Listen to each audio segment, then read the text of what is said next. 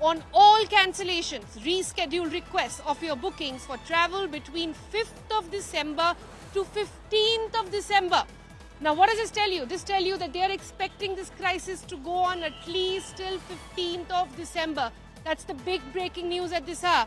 Indigo in its statement admitting that they will be looking at full waiver of cancellations, rescheduling that will take place between 5th of December to 15th of December.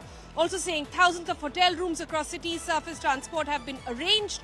They also say that we will try and provide food and snacks that to customers at the airport. I have some here with me. I just got a statement from Indigo which says that they will be doing a full cancellation refund automatically to your source of payment.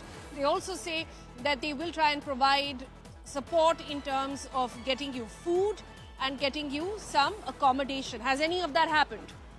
When I went to the counter to get that rescheduled, they told us there will be no accommodation provided and they're not responsible for any of it. They told you that. The Indigo staff said that.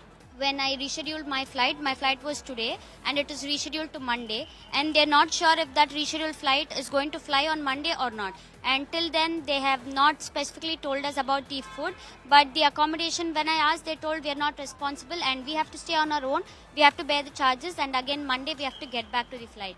And we are not sure if we are going to fly back home at least that time or not. Gosh, how long have you been here? I've been here since morning. I came here at 10 a.m. and till now, just half an hour ago, I got my flight rescheduled. And I'm just hoping, I just want to go back home at least on Monday because I have my exams going on. I need to be there as well. I see lots of lovely medals around you. What championship was this? I had come for a Karate National Championship to represent my Karnataka state here. And I won gold, 2 silver and bronze medal.